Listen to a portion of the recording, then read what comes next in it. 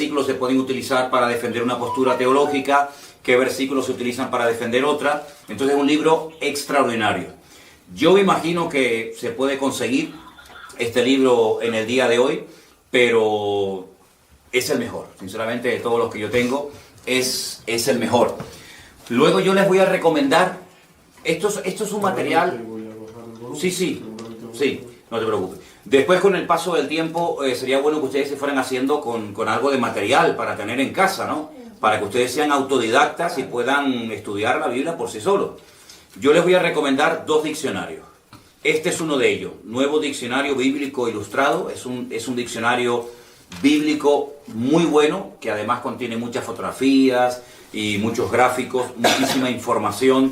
Es un diccionario extraordinario, muy, pero que muy bueno. Y después hay otro que yo suelo utilizar mucho, que es este también, que se llama el diccionario Vine, pero este ya se centra más en explicación de palabras griegas y hebreas. Te dice dónde aparecen esas palabras, cómo se han traducido, y es un diccionario muy práctico a la hora de decir, bueno, ¿esta palabra realmente qué significa? ¿Cómo se tradujo esta palabra en este libro? ¿Cómo se tradujo en otro momento de la historia en otro libro?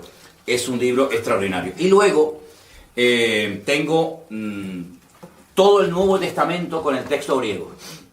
Ustedes saben que el idioma griego es un idioma tremendamente rico y a veces una palabra traducida no explica exactamente lo que se quiso decir en un principio.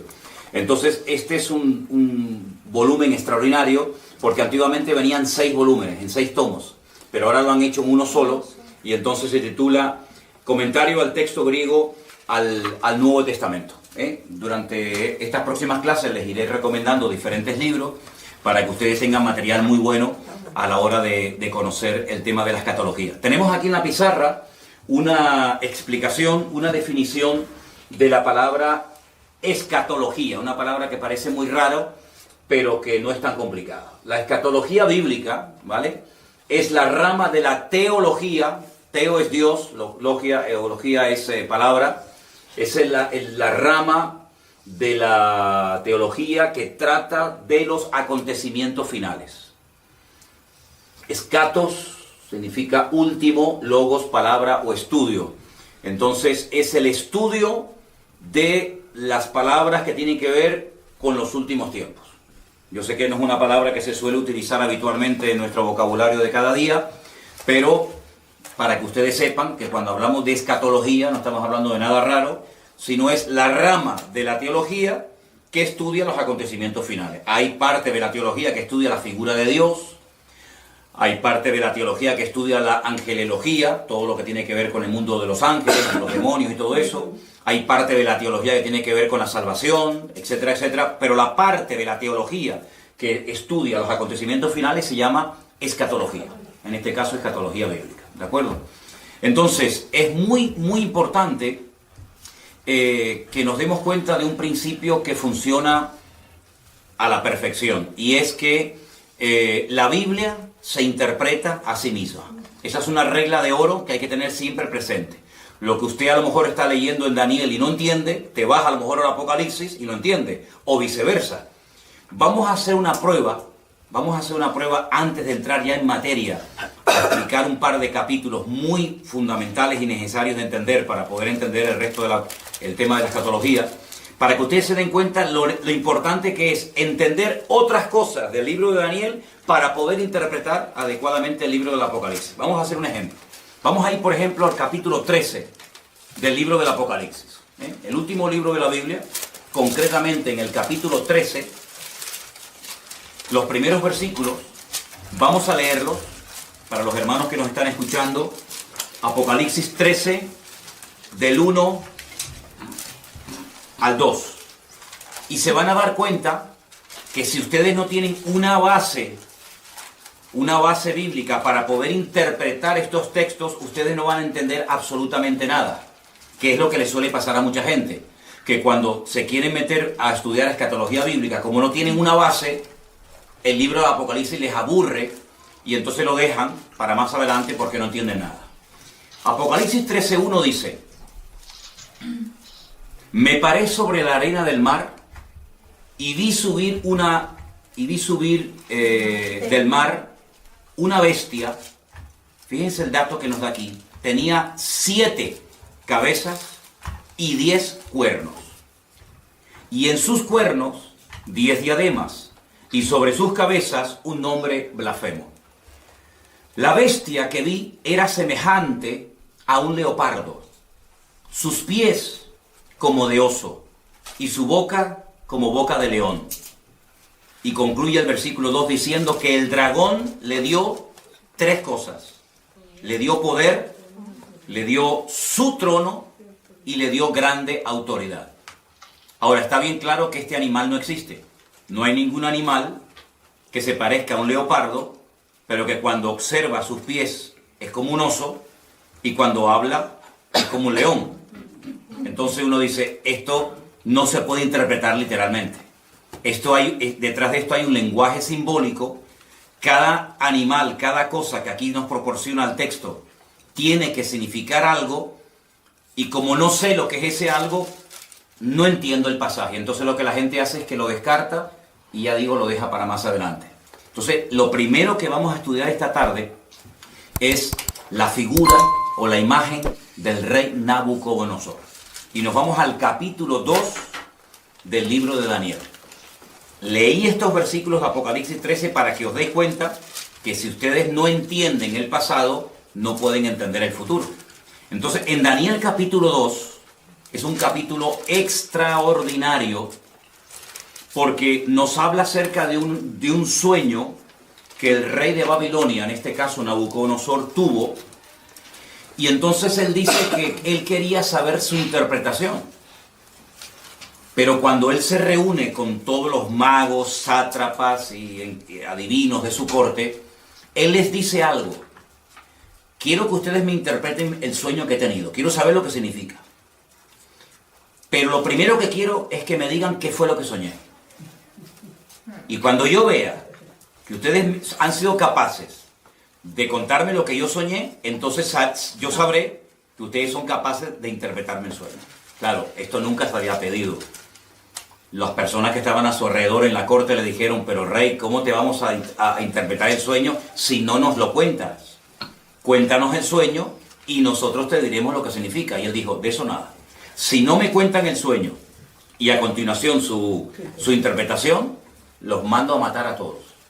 Daniel, que vivía en el palacio del rey Nabucodonosor, pidió tiempo. Dijo, bueno, dame tiempo, vamos a orar, a ver si el Señor me quiere interpretar o me quiere dar la interpretación y a continuación también el sueño que has tenido. Vamos a Daniel capítulo 2. Después de orar y de buscar al Señor intensamente en oración, el Señor le reveló a Daniel lo que había soñado y lo que significaba ese sueño. Estamos en Daniel capítulo 2, versículo 27. Daniel capítulo 2, versículo 27. El misterio que el rey demanda, ni sabios, ni astrólogos, ni magos, ni adivinos lo pueden revelar al rey. Así de claro. Esto es imposible. Porque jamás en la historia había ocurrido que un rey quiere que le cuenten primeramente el sueño y después la interpretación. Pero hay un Dios en los cielos, el cual revela los misterios, y él le ha hecho saber al rey Nabucodonosor lo que ha de acontecer en los postreros días. He aquí tu sueño y las visiones que has tenido en tu cama. Versículo 29. Estando tú, oh rey, en tu cama, te vinieron pensamientos por saber lo que había de ser en lo porvenir. Y el que revela los misterios te mostró lo que ha de ser. Y a mí me ha sido revelado este misterio, no porque en mí haya más sabiduría que en todos los vivientes, sino para que se dé a conocer al rey la interpretación y para que entiendas los pensamientos de tu corazón. Daniel no está atribuyendo ninguna gloria para sí mismo, sino que él lo que está dejando bien claro es que no hay hombre alguno en la tierra que sea capaz de interpretar esto, ni siquiera él. Pero sin embargo él exalta y levanta la figura de su Dios y dice, pero hay un Dios en los cielos que lo sabe todo, que lo conoce todo. Ahora, la interpretación del sueño es algo impresionante, porque te vas a dar cuenta de que Dios es el que conoce y revela la historia cuando Él quiere y como Él quiere. Escucha la interpretación del sueño. Versículo 31. Tú, oh rey, veías y aquí una gran imagen, esta imagen que era muy grande y cuya gloria era muy sublime, estaba en pie delante de ti, y su aspecto era terrible. La cabeza de esta imagen era de oro fino, solo la cabeza, su pecho y sus brazos de plata, su vientre y sus muslos de bronce, sus piernas de hierro, sus pies en parte de hierro y en parte de barro cocido. Estabas mirando hasta que una piedra fue cortada no con mano e hirió a la imagen en sus pies de hierro y de barro cocido y los desmenuzó. Entonces fueron desmenuzados también el hierro, el barro cocido, el bronce, la plata y el oro, y fueron como tamo de las eras de verano. Y se los llevó el viento sin que de ellos quedara rastro alguno. Mas la piedra que hirió a la imagen fue hecha un gran monte que llenó toda la tierra. Este es el sueño. También la interpretación de él diremos en presencia del rey. Versículo 37. Tú, oh rey, eres rey de reyes, porque el Dios del cielo te ha dado reino, poder, fuerza y majestad. Y donde quiera que habitan hijos de hombres, bestias del campo y aves del cielo, Él lo ha entregado en tu mano, y Él te ha dado el dominio sobre todo. Tú eres aquella cabeza de oro. Ya está revelando la interpretación del sueño. Después de ti se levantará otro reino inferior al tuyo, y luego un tercer reino de bronce, el cual dominará sobre toda la tierra. Y el cuarto reino será fuerte como hierro, y como el hierro desmenuza y rompe todas las cosas, y desmenuzará y quebrantará todo. Y lo que viste de los pies y los dedos, en parte de barro cocido de alfarero y en parte de hierro, será un reino dividido, mas habrá en él algo de la fuerza del hierro, así como viste hierro mezclado con barro cocido. Y por ser los dedos de los pies en parte de hierro y en parte de barro cocido, el reino será en parte fuerte y en parte frágil. Así como viste el hierro mezclado con barro, se mezclarán por medio de alianzas humanas, pero no se unirán el uno al otro, como el hierro no se mezcla con el barro. Y en los días de estos reyes, el Dios del cielo levantará un reino que no será jamás destruido, ni será el reino dejado a otro pueblo. Desmenuzará y consumirá todos estos reinos, pero Él permanecerá para siempre. Y de la manera que viste que del monte fue cortada una piedra, no con mano, la cual desmenuzó el hierro, el bronce, el barro, la plata y el oro, el gran Dios ha mostrado al rey lo que ha de acontecer en lo porvenir, y el sueño es verdadero y fiel su interpretación. Claro, ante semejante revelación, este rey soberbio, que era el que gobernaba la tierra en aquel momento, dice que se postró sobre su rostro, se humilló ante Daniel y mandó que le ofrecieran presentes e inciensos. Es decir, vamos a ver, es que lo que Nabucodonosor está viendo es espectacular, porque si tú has sido capaz, por el poder de tu Dios, de recibir la revelación del sueño que yo he tenido, yo no tengo ninguna duda de que lo que tú me has interpretado es verdad. Es decir, la credibilidad que tú tienes a la hora de interpretarme el sueño, te la da el hecho de que primero me has contado el sueño. Y esto es algo realmente descomunal. Ahora, tenemos aquí, lo íbamos a poner en la pantalla, pero nos falló a última hora el proyector. Tenemos aquí una imagen muy interesante de lo que soñó el rey Nabucodonosor. Ustedes pueden comprobar aquí la imagen, que está compuesta por 4 materiales diferentes. Tenemos la cabeza de oro, el pecho y los brazos de plata, el vientre y los muslos de bronce. Fíjense que va de mayor categoría a inferior, y las piernas de hierro y los pies mezclados hierro y barro. Aquí, a este lado, tienen ustedes el nombre del imperio que representa o simboliza cada uno de estos materiales. El oro, recuerden esto, representa el imperio babilónico, que duró desde el 607 hasta el 539 antes de Cristo. Ese reino lo conoció Daniel, porque era el reino en el cual él vivía en aquel tiempo. Este fue el reino que atacó Jerusalén, que destruyó el templo, que se llevó cautivos a miles y a miles de personas, uno de ellos Daniel, ¿verdad? Y ese fue el reino que estaba en ese momento gobernando el mundo. Pero la profecía o la interpretación del sueño profético decía que cuando este reino cayera, porque no era un rey eterno, se levantaría otro reino. Y fíjense que como tiene dos brazos, nos habla acerca de dos naciones diferentes, los medos persas. Y este reino fue desde el 539 hasta el 531 después de Cristo. Los medos persas. Los persas hoy en día siguen existiendo bajo el nombre de Irán. Los iraníes son persas. Y los medos no tienen tierra y serían hoy en día los famosos kurdos. Los kurdos, los que están siempre tratando de reclamar un trocito de tierra para ellos. Y esto, cuando tú miras atrás, claro, para Daniel esto era profético, esto no se había dado. Esto era, bueno, vamos a ver si esto es verdad. Pero tú sabes perfectamente que cuando miras atrás, no solamente porque la Biblia lo dice, sino porque la historia secular lo corrobora, efectivamente. Todo el mundo sabe que después de la caída del Imperio Babilónico, se levantaron y gobernaron muchas naciones de la tierra durante mucho tiempo, los medos persas. Pero ese imperio, que también lo conoció Daniel,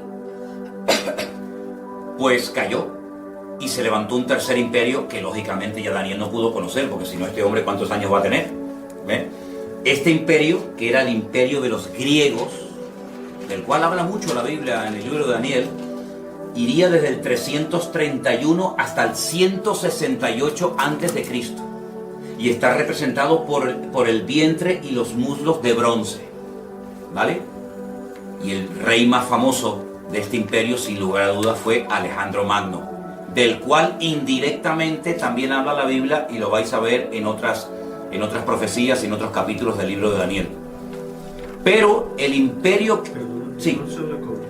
¿Perdón? ¿De bronce o de cobre? De bronce. Le pone cobre. De cobre. ¿Dónde está? Sí, bueno, pero bronce. Es bronce. Bronce. ¿Ok? Ese imperio, aunque fue un imperio muy importante que ejerció una influencia tremenda, prueba de ello que el Nuevo Testamento se escribió en el idioma de esta gente, en el idioma de los griegos, ¿vale? Ese imperio cayó.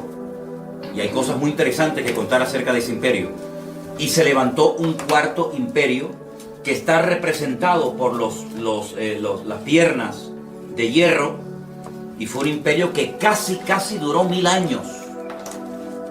Ten en cuenta que de todos los miembros del cuerpo humano, el miembro más largo son las piernas, y por eso las piernas representan al imperio romano.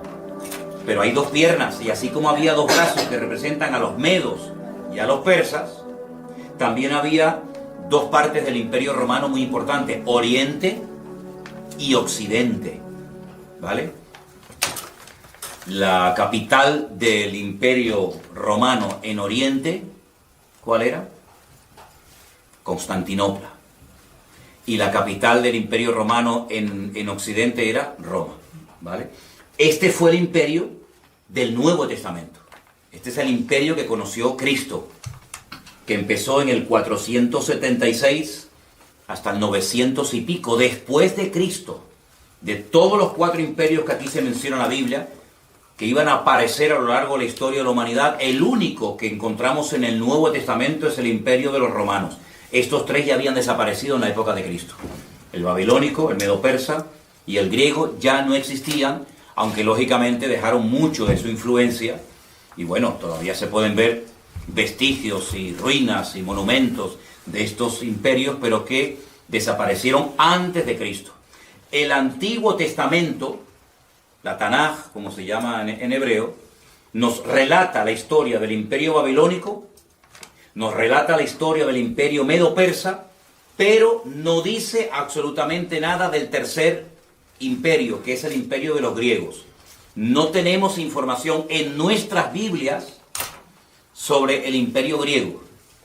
Pero en el Concilio de Trento, siglo XVI, ¿vale? Concilio de Trento, siglo XVI, la Iglesia Católica, a través del Papa de turno, decidió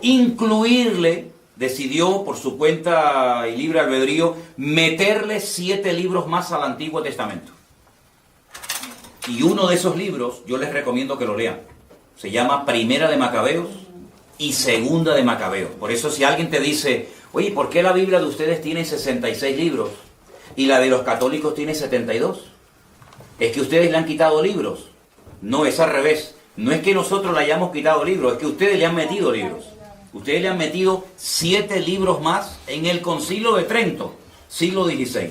Esos libros, por ejemplo, se llaman Sabiduría, Judith, Tobías, Primera y Segunda de Macabeos. Y esos libros de Primera y Segunda de Macabeos son la historia, son la historia de la influencia del Imperio griego durante el tiempo que se dividió el Imperio griego. Cuando Alejandro Magno se muere, pues se divide en 4, que ya hablaremos en su momento acerca de eso, y entonces el Antiguo Testamento termina contándonos la historia de los medos persas, pero claro, si tú estás estudiando esta profecía, tú dices, bueno, pero ¿y entonces los griegos? Es que el Antiguo Testamento no termina contándote la historia de los griegos.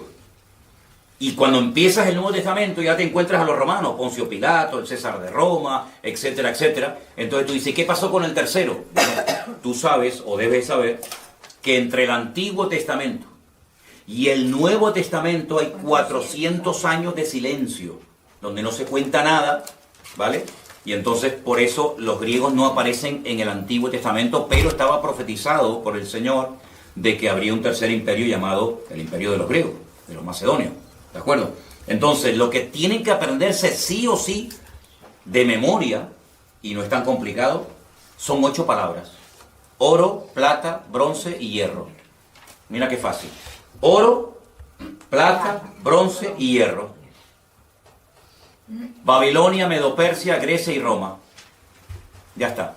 Con esos 4 materiales, ustedes saben que la interpretación del sueño del rey Nabucodonosor consistía en revelarle al rey Nabucodonosor la historia de 4 imperios que tendrían mucho que ver con el pueblo de Dios, tanto en el Antiguo como en el Nuevo Testamento. Podríamos contar cientos de cosas de cada uno de los imperios. Por ejemplo, este imperio, el babilónico, fue el que destruyó el primer templo, por ejemplo, ¿vale? Fue el segundo imperio de los medos persas el que permitió la reconstrucción del segundo templo, por ejemplo, ¿verdad? Ahí está, en este segundo periodo, en este segundo templo, está la historia del famoso libro de Esther, donde está Asuero, donde está el rey Artajerjes, el rey Darío, ¿vale? El rey Ciro. Todo eso ocurre bajo el gobierno de los medos persas, el segundo imperio que hubo, ¿vale? Hay muchas cosas que se pueden contar acerca de cada uno de estos imperios. Fue el cuarto imperio el que, por así decirlo, inventó el sistema de muerte más despiadado y humillante del mundo, que es la crucifixión, y era el que estaba profetizado que emplearían con la figura de Cristo. Por eso el Mesías no podía haber nacido antes del Imperio Romano, porque prácticamente no existía la crucifixión, ¿vale? Fue el Imperio griego, con su cultura y su filosofía y su idioma tremendamente rico, el que utilizó el Señor para la traducción de la Biblia por primera vez. La primera vez que se tradujo la Biblia, el Antiguo Testamento, ¿vale? El Nuevo Testamento aún no estaba escrito, fue en el idioma griego. Y esa versión se conoce como la versión o la Biblia de la Septuaginta. Porque se llevaron a 70 intérpretes de la Biblia a la ciudad de Alejandría y allí se les pidió que tradujeran la Biblia. Y esa primera traducción se llamó la Biblia de la Septuaginta. ¿De acuerdo? Ahora bien, esta imagen fue un sueño que tuvo el rey Nabucodonosor. Ahora pueden entender ustedes la soberbia de este rey cuando le dice Daniel, tu reino es solamente la cabeza de oro. Pero cuando tu reino caiga, se levantará un segundo, un tercer y un cuarto imperio. Pero si ustedes siguen leyendo el libro de Daniel, se van a dar cuenta que en el capítulo 3, él manda a construir una imagen toda de oro, desde la cabeza hasta los pies. Como diciendo, yo no reconozco, yo no acepto, por mucho que se haya humillado y por mucho que haya reconocido que el Dios de Daniel era el verdadero, hay un momento en el que él reflexiona y dice, ¿cómo? ¿Que va a haber un segundo imperio, un tercero y un cuarto? de eso nada. Él manda a construir una estatua de oro. Les voy a leer unos versículos simplemente del capítulo 3. El rey Nabucodonosor, verso 1, hizo una estatua de oro cuya altura era 60 codos, su anchura era de 6 codos, la levantó en el campo de Dura, en la provincia de Babilonia. Un atentado contra la revelación divina, como diciendo, toda la estatua va a ser de oro porque mi reino va a durar eternamente y para siempre. Y ese fue el gran milagro de aquellos 3 jóvenes que dice la Biblia que no quisieron postrarse ante la imagen de oro y fueron arrojados dentro de un horno de fuego, y el Señor los salvó milagrosamente de la muerte. Y otra vez el rey Nabucodonosor cae de rodillas y reconoce que el Dios de estos chicos es el Dios verdadero. Pero bueno, vendrán otros momentos en los que demostrará su soberbia y su orgullo, porque a pesar de las cosas tremendas que está viendo, él sigue, como decimos aquí, R que R con su actitud, ¿no? De no querer reconocer las cosas. Entonces, queda claro la interpretación de este sueño, queda claro, ¿no? ¿Vale? Los 4 imperios ya forman parte de la historia, pero ¿qué es lo que ocurre? En el capítulo 2 del libro de Daniel es donde aparece este sueño con su correspondiente interpretación. Pero, a su vez, Daniel también tiene un sueño, en el capítulo 7. Entonces vamos al capítulo 7 del libro del profeta Daniel y vamos a leer algunos versículos en esta tarde. ¿Los hermanos de Bélgica nos están escuchando bien? Ok, perfecto. Les mandamos un saludito a todos los hermanos de Bélgica. Y a todos los que nos están viendo de muchas partes, hermanos de Estados Unidos y de México y de muchos lugares, que el Señor les bendiga a todos. Daniel capítulo 7. Y van a ver lo importante que es entender la interpretación de este sueño que tuvo Daniel para poder entender los primeros versículos que leímos en esta tarde de Apocalipsis capítulo 13, donde no se entendió nada, pero vais a ver qué importante. Daniel capítulo 7, voy a pedirles a algunos de ustedes que lea un versículo, yo leo el siguiente, pero tienen que leerlo fuerte porque estamos grabando, ¿de acuerdo? Daniel 7.1, en el primer año de Belsasar, rey de Babilonia, tuvo Daniel un sueño. ¿Ven? Ya no está Nabucodonosor como rey, ahora es Belsasar, pero sigue estando el reino de Babilonia. Tuvo un sueño y visiones de su cabeza mientras estaban en su lecho. Luego escribió el sueño y relató lo principal del asunto. ¿Alguien que lea el versículo 2? Daniel dijo: miraba yo en mi visión de noche, y he aquí que los 4 vientos del cielo combatían en el gran mar. Versículo 3 dice, y 4 bestias grandes diferentes, la una de la otra, subían del mar. La primera era como león y tenía alas de águila. Yo estaba mirando hasta que sus alas fueron arrancadas y fue levantada del suelo y se puso enhiesta sobre los pies a manera de hombre, y le fue dado corazón de hombre. Versículo 5. Y aquí otra segunda bestia, semejante a un oso, la cual se alzaba de un costado más que de otro. Tenía en su boca 3 costillas entre los dientes, y le fue dicho así: levántate y devora mucha carne. Después de esto miré, y he aquí otra, semejante a un leopardo, con 4 alas de ave en sus espaldas. Tenía también esta bestia 4 cabezas, y le fue dado dominio.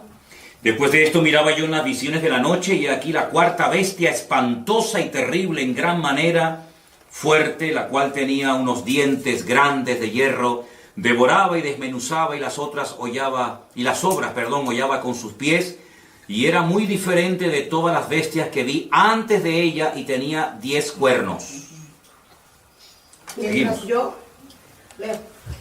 Mientras yo contemplaba los cuernos, he aquí que otro cuerno pequeño salía entre ellos, y delante de él fueron arrancados 3 cuernos de los primeros. Y he aquí que este cuerno tenía ojos como de hombre, y una boca que hablaba grandes cosas. Estuve mirando hasta que fueron puestos tronos, y se sentó un anciano de días, cuyo vestido era blanco como la nieve. el pelo de su cabeza como lana limpia, su trono llama de fuego, y las ruedas del mismo fuego ardiente. Un río de fuego procedía y salía de delante de él. Millares de millares le servían, y millones de millones asistían delante de él. El juez se sentó, y los libros fueron abiertos. Yo entonces miraba a causa del sonido de las grandes palabras que hablaba el cuerno, miraba hasta que mataron a la bestia, y su cuerpo fue destrozado y entregado para ser quemado en el fuego. Había también quitado a las otras bestias su dominio, pero les había sido prolongada la vida hasta cierto tiempo. Estamos en el versículo 13. Ahora el 13. Miraba yo en la visión de la noche, y aquí con las nubes del cielo venía uno como hijo de hombre, que vino hasta el anciano de días y le hicieron acercarse delante de él. Y le fue dado dominio, gloria y reino, para que todos los pueblos, naciones y lenguas lo sirvieran. Su dominio es dominio eterno, que nunca pasará, y su reino es uno que nunca será destruido. Se me turbó el espíritu a mí, Daniel, en medio de mi cuerpo, y las visiones de mi cabeza me asombraron. Me acerqué a uno de los que asistían y le pregunté la verdad acerca de todo esto, y me habló y me hizo conocer la interpretación de las cosas. Escuchen, estas 4 grandes bestias son 4 reyes que se levantarán en la tierra. Primer dato interesante, verso 18. Después recibirán el reino los santos del Altísimo, y poseerán el reino hasta el siglo, eternamente y para siempre. Entonces tuve deseo de saber la verdad acerca de la 4ª bestia, que era tan diferente de todas las otras. Espantosa en gran manera, tenía dientes de hierro, uñas de bronce, que devoraba y desmenuzaba, y las sobras hollaba con sus pies. Asimismo, acerca de los 10 cuernos que tenía en su cabeza, y del otro que le había salido, delante del cual habían caído 3, y este mismo cuerno tenía ojos y boca que hablaba grandes cosas, y parecía más grande que sus compañeros. Y veía yo que este cuerno hacía guerra contra los santos y los vencía. Hasta que el anciano vino y se hizo justicia a los santos del Altísimo. Y llegó el tiempo y los santos recibieron el reino. Podríamos seguir leyendo todo el resto del capítulo, que no tiene desperdicio, y creo que es bueno que lo leamos, porque lo que más le llamó la atención a Daniel fue la 4ª bestia, sobre todo, ¿no? Dice que la 4ª bestia será un 4º reino en la tierra, el cual será diferente de todos los otros reinos, y a toda la tierra devorará, trillará y desmenuzará. Despedazará, perdón. Y los 10 cuernos significan que de aquel reino se levantarán 10 reyes, y tras ellos se levantará otro, el cual será diferente de los primeros, y 3 reyes derribarán. Y hablará palabras contra el Altísimo, y a los santos del Altísimo quebrantará, y pensará en cambiar los tiempos y la ley, y serán entregados en su mano hasta tiempo, tiempos y medio tiempo. Pero se sentará el juez, y le quitarán su dominio, para que sea destruido y arruinado hasta el fin.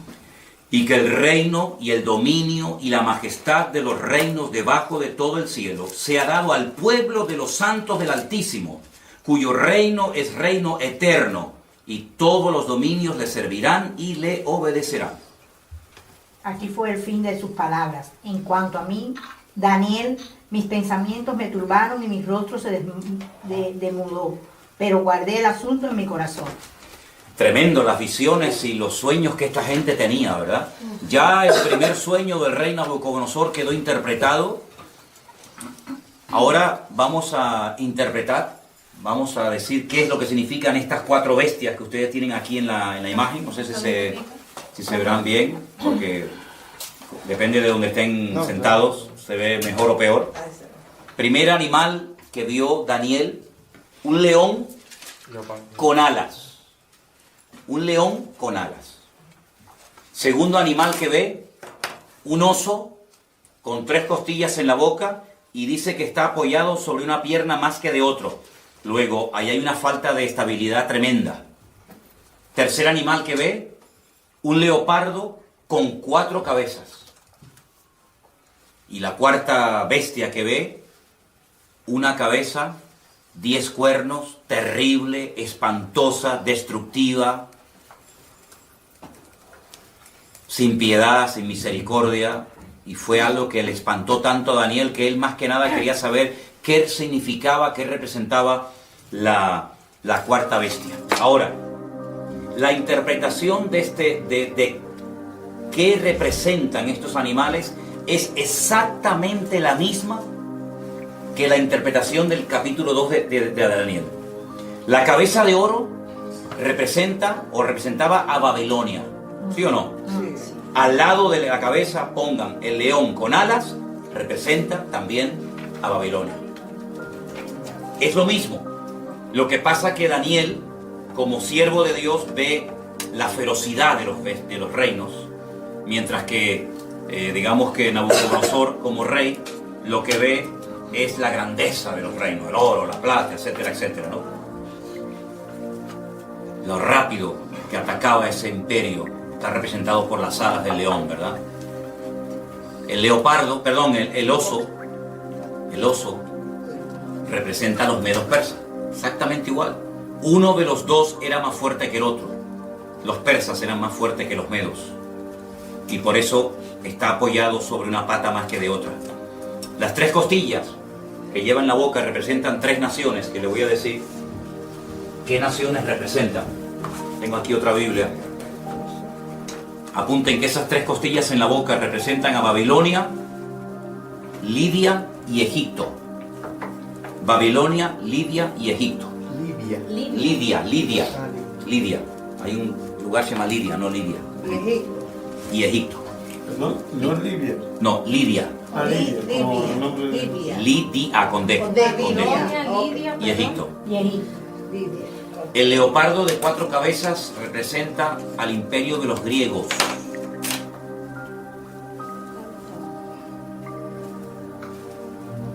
El imperio de los griegos.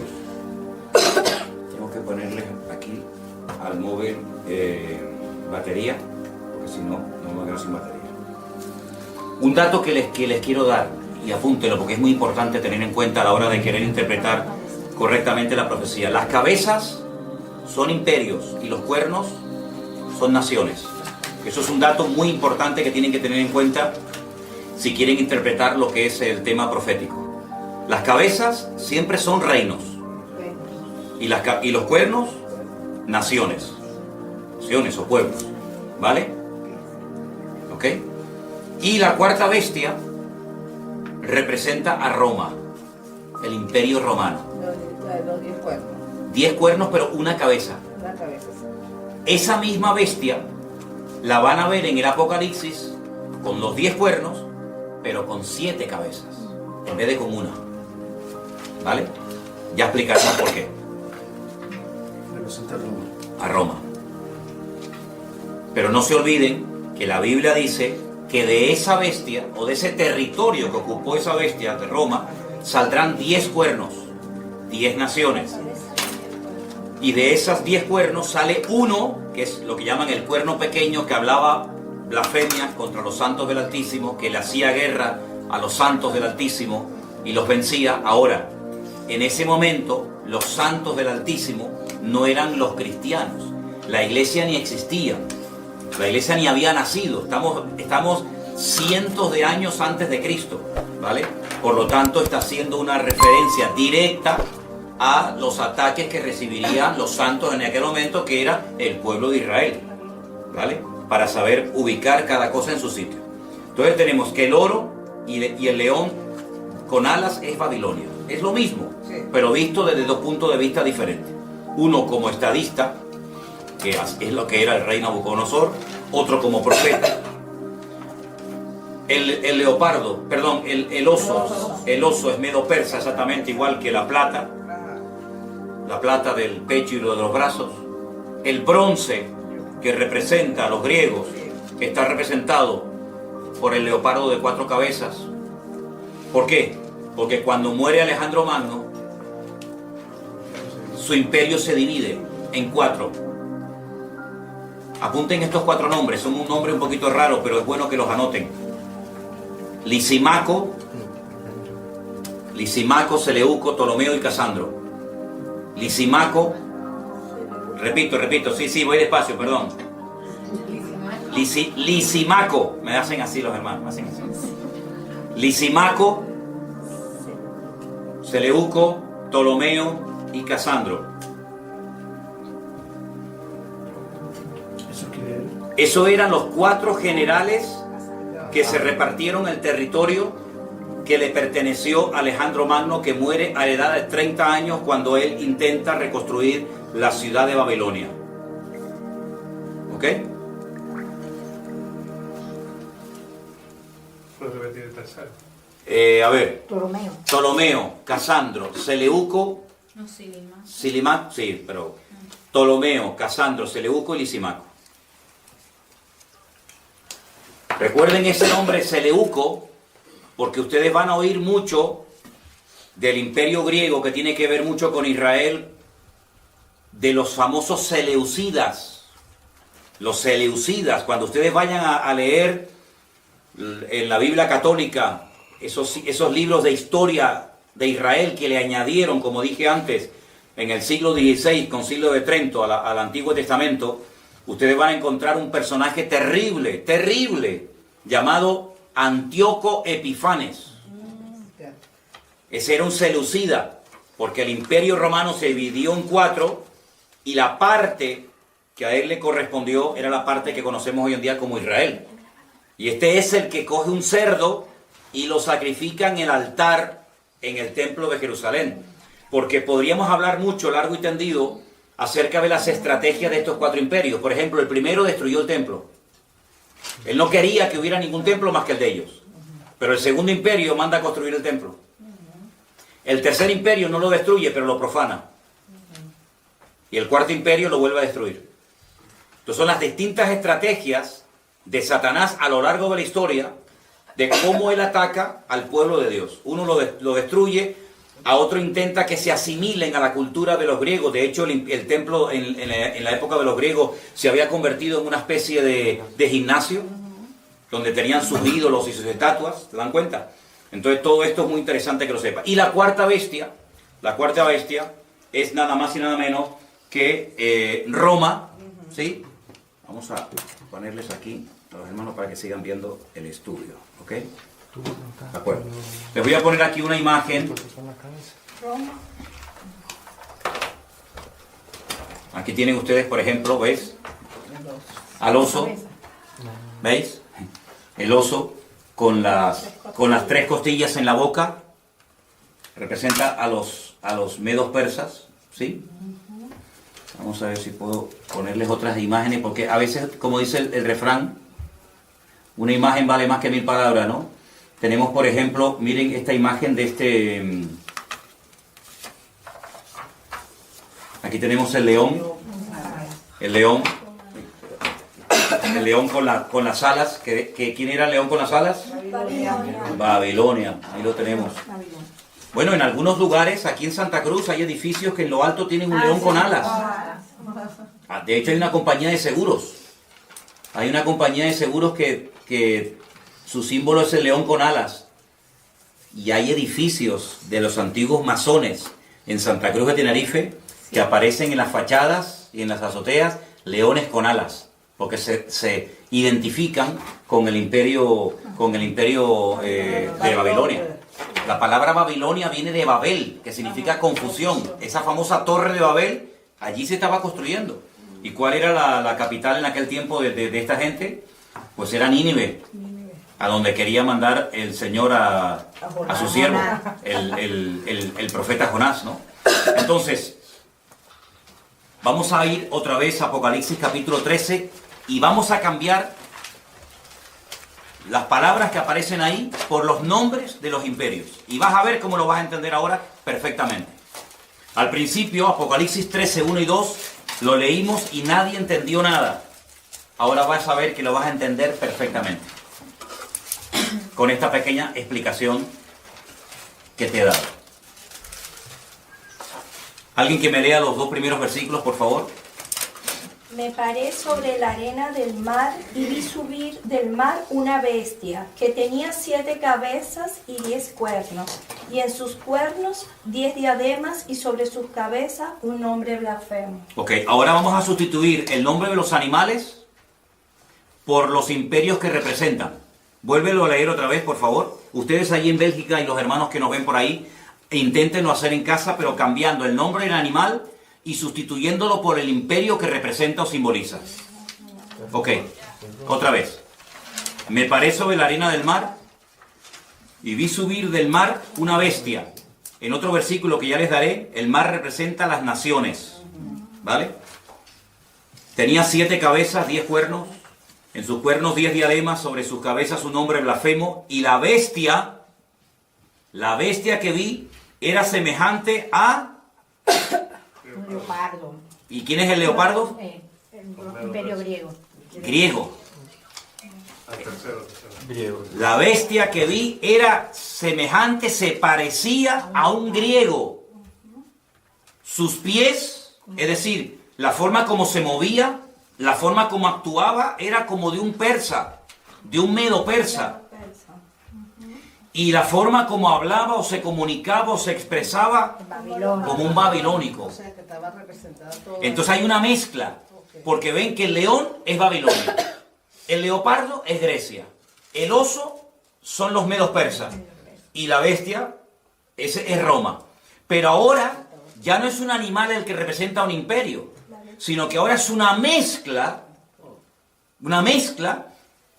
lo que representa a esta última bestia, y esta bestia de la cual se está hablando aquí en Apocalipsis 13, es el anticristo.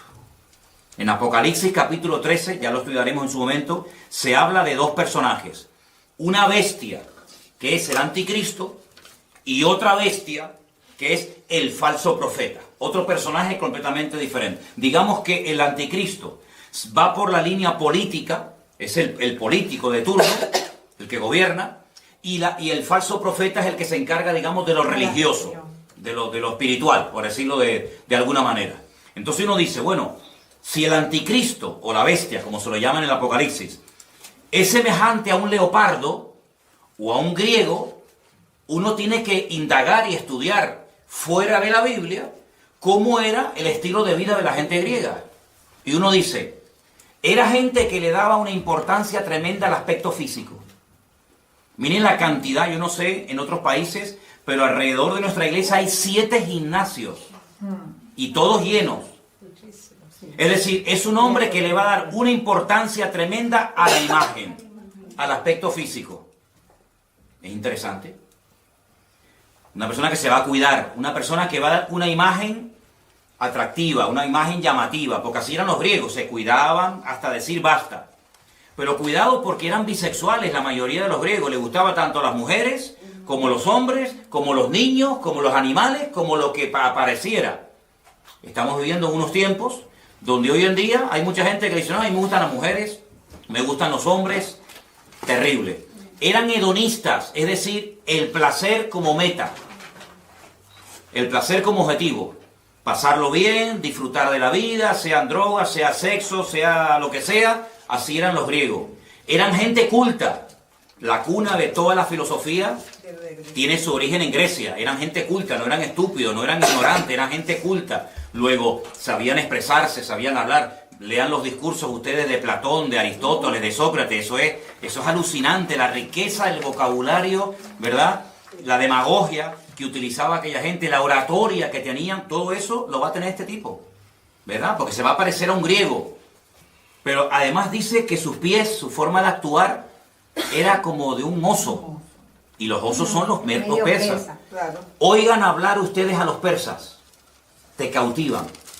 Hablan así, muy suave. Calmado. No es como los árabes que hablan muy brusco, muy cerrado, muy bruto el idioma, ¿no? El persa es muy suave en su forma de hablar, muy tranquilo, te cautiva. ¿No han visto los gatitos persas, lo lindos que son? Son así los persas, son cautivadores, son seductores, te atrapan, su forma de ser es impresionante. Pero dice la Biblia que su boca es como la de un león, destructivos a más no poder. Entonces te das cuenta que es una mezcla de culturas, es una mezcla de pueblos, de influencias del pasado. Te das cuenta lo importante que es saber lo que significan los animales del Antiguo Testamento, claro. Porque si no, no te enteras a la hora de interpretar el Nuevo. Pero hay un dato muy importante. La última parte del versículo 2 dice que el dragón, y el dragón en la Biblia, ¿quién es? Satanás. Es uno de los muchos nombres que recibe Satanás en la Biblia. Dragón, Satanás, diablo, serpiente antigua, etc. El dragón o Satanás le dio poder, su trono, una sede de gobierno y grande autoridad. Sería interesante preguntarnos dónde está la sede de gobierno mundial, o por lo menos europea, de Satanás hoy en día. Porque cuando estudiemos las iglesias del Apocalipsis, ustedes van a ver que hay un mensaje a una iglesia, y a esa iglesia le dice el Señor: yo sé dónde ustedes tienen su congregación. Ustedes tienen la iglesia, ustedes se congregan donde hoy por hoy Satanás tiene su trono. Pero Satanás no tiene hoy en día su trono allí. Entonces tú te vas a dar cuenta de que las naciones que se van a unir en los últimos tiempos para apoyar al anticristo son naciones que surgen del antiguo territorio del Imperio Romano. Y entonces uno tiene que estudiar la historia y preguntarse, ¿y los romanos qué parte del mundo conquistaron? ¿América? No. ¿Oceanía? Tampoco. Los romanos conquistaron toda Europa, todo el norte de África y Oriente Medio. Por eso ven dos piernas, porque una pierna representa un continente y la otra pierna representa la otra parte, África y Occidente. Qué curioso que el único continente del mundo que se ha unido militarmente, económicamente, políticamente, etcétera, etcétera, etcétera, ¿cuál ha sido? Europa. Europa hace años se enfrentó en una guerra donde murieron 65 millones de personas, donde franceses, alemanes, ingleses, austríacos, polacos, todos se odiaban. Sin embargo, hoy en día son amigos y se sientan todos a comer en la misma mesa. Hubo una primera guerra mundial donde murieron millones de personas. Es decir, el único continente donde se han llevado a cabo 2 guerras mundiales ha sido Europa. Y sin embargo, hoy en día se han unido y hay una sede de gobierno hoy por hoy en Europa, que está desde donde nos están viendo ahora mismo nuestros hermanos de Bélgica, allí en Bruselas, desde donde está la sede de gobierno europeo, y lo que se aprueba ahí afecta para bien o para mal al resto de Europa. De hecho, los españoles, los franceses, los alemanes, etcétera, tienen sus eurodiputados, sus representantes en ese lugar donde se dictan leyes de todo tipo. Entonces se dan cuenta de que lo que antes era un sueño o algo imposible, que incluso tuviéramos una moneda en común, los alemanes, los franceses, los italianos, los belgas, los portugueses, los griegos, etcétera, hoy en día es una realidad, ¿verdad? El euro, Europa, hasta nuestro nombre, hasta el nombre de nuestro continente tiene nombre de mitología griega. Estudien, vean, yo no lo voy a decir, pero estudien ustedes, indaguen quién fue Europa. ¿Quién fue Europa? ¿De dónde viene el nombre Europa? Era parte de la mitología de la historia griega. Entonces se dan cuenta que el imperio griego ha caído, pero la influencia griega sigue estando hoy en día, entre nosotros de una forma tremenda, tremenda. Entonces, por una parte uno ve gente muy culta, pero por otra parte ve a esa gente tan culta que son después unos auténticos salvajes y unos auténticos liberales, porque va a haber una mezcla de cultura, de salvajismo, de religiosidad, de espiritualidad. Y una cosa, los griegos eran muy religiosos. No se olviden ustedes que cuando el apóstol Pablo fue a Grecia, al Areópago, dice que caminó por la mañana y luego por la tarde lo invitaron a compartir la palabra y dijo: hermanos o amigos, veo que ustedes sois gente muy religiosa, porque tenéis dioses para todo. Incluso observé que tenéis un altar donde hay abajo, al pie del altar, una inscripción que dicen: al Dios no conocido. Por si acaso se nos queda alguno por no adorar, también lo adoramos. Y Pablo, aprovechando esa coyuntura, dijo: yo vengo a hablar de ese Dios que ustedes ignoran, y comenzó a predicarles la palabra, ¿no? Entonces, vamos a estudiar en estas clases, paso a paso, cómo poder interpretar los capítulos del libro del Apocalipsis, pero antes de meternos a estudiar en profundidad los capítulos y los personajes, tenemos que tener las herramientas para interpretar, ya sabemos interpretar los materiales. Si yo les digo la plata, los medos persas. El oro, babilonio. El leopardo de 4 cabezas, que representa la división del imperio griego cuando muere Alejandro Magno, los 4 generales, ya sabemos quiénes son, los griegos. La bestia con una cabeza y 10 cuernos, los romanos. El león con alas, los babilónicos. Bueno, ahora nos quedan los caballos, que cambian de color en el libro de Apocalipsis. Y también nos queda no solamente el tema de los caballos, sino también el lenguaje simbólico que se emplea cuando se habla de algunos imperios en particular, como por ejemplo el macho cabrío y el carnero.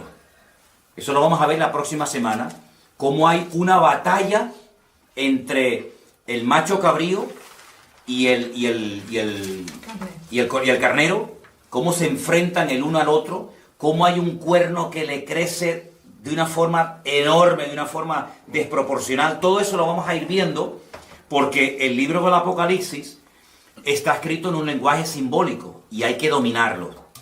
Pero luego una cosa que yo creo que es fundamental es, después, con toda esta información, saber poner cada pieza en su lugar. Es decir, todo el mundo ha oído hablar algo del anticristo, de la marca de la bestia, del falso profeta, de Armagedón, ¿vale?